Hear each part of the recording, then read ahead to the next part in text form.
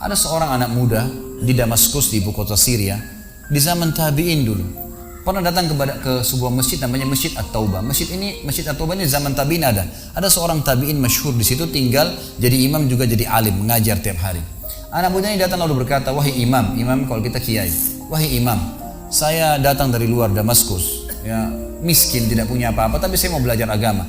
Boleh nggak saya numpang tinggal di masjid bersama anda? Saya bantu-bantu lalu saya hidup bersama anda, maksudnya makan minum bersama anda." Kata ya syekh itu, silahkan, nggak masalah. Tapi harus sabar, ya ikutin kehidupan saya, apa yang saya makan kau makan, apa yang saya minum kau minum. Kata anak muda ini, baiklah. Anak muda ini cerita, dia bilang setelah 3 bulan saya tinggal dengan syekh saya.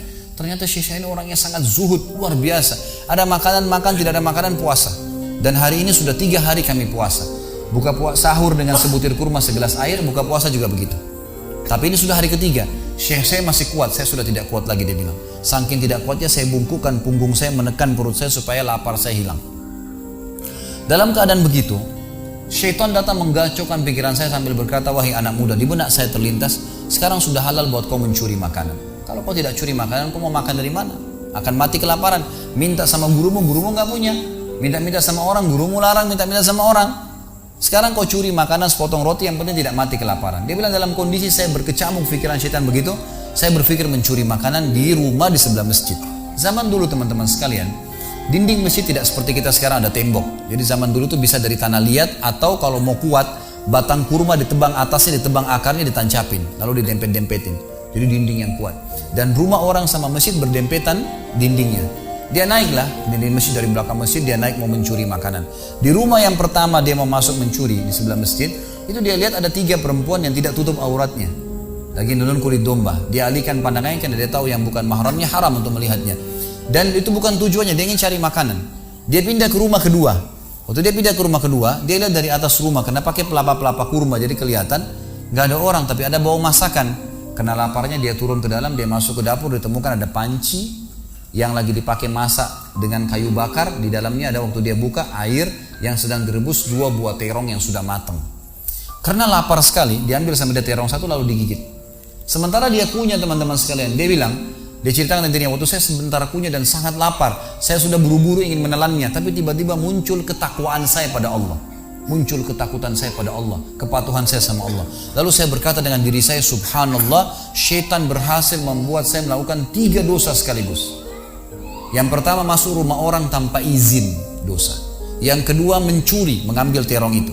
Dan yang ketiga, saya sedang memakan makanan yang haram. 3 dosa sekaligus. Maka dia bilang, tidak mungkin Allah membuat saya mati kelaparan karena meninggalkan yang haram. Karena Nabi Muhammad SAW sudah bersabda, "Man taraka sya'ni la abdalahu khairan min." Siapa yang meninggalkan sesuatu karena Allah, Allah akan gantikan yang lebih baik darinya. Lalu saya lempar gumpalan makanan terong itu ke lantai dapur tersebut, lalu saya kembali ke masjid. Dan masih ada pengajian, saya tidak bisa tangkap apa yang sedang dibahas karena laparnya. Waktu bubar pengajian, dia bilang, guru saya duduk di kursinya, saya pun duduk di tiang salah satu masjid. Ada 1 orang tua di belakang masjid. Lalu masuklah seorang wanita dari pintu masjid bercadar, berbicara dengan guru saya sambil guru saya menundukkan pandangannya.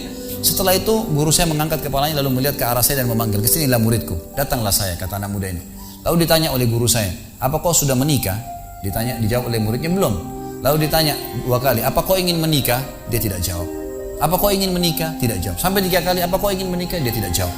Lalu kata anak muda ini, "Wahai imam, wahai syekh, ya guru saya setelah Allah subhanahu wa ta'ala, hidup saya bergantung pada anda. Apa yang anda makan, saya makan. Apa yang anda minum, saya minum. Sekarang sudah 3 hari kita tidak punya makanan dan minuman, puasa. Dan saya sangat lapar. Kalau saya nikah, saya mau beri makan dari mana istri saya?" Lalu kata syekhnya, "Ini perempuan di sebelah saya yang bercadar baru selesai masa iddah meninggal suaminya 4 bulan 10 hari. Dan dia ditinggalkan harta yang cukup, dia masih muda, dia takut fitnah. Dia ingin saya carikan jodoh, saya anggap kamu cocok. Kamu mau?" Dia bilang iya. Tanya perempuan, "Kamu mau?" Dia bilang iya. Syekhnya keluarin kendi dari kamar, dikasihkan jadi mahar, panggil walinya perempuan, panggil 2 saksi, kalimat akad, selesai. Hitungan menit nih. Lalu kata syekhnya, "Pulanglah ke rumah istrimu.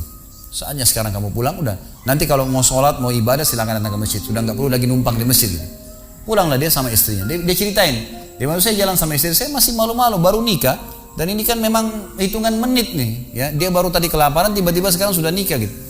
Dia bilang saya jalan, keluar dari masjid, lewat di rumah pertama yang dia tadi manjat mau mencuri, dia lewatin sama istrinya. Begitu masuk, tiba di depan pintu rumah kedua yang dia manjat, gitu kan? Istrinya berhenti, buka pintu rumah lalu berkata, "Masuklah suamiku, ini rumah kita." Rumah yang tadi dia mencuri nih.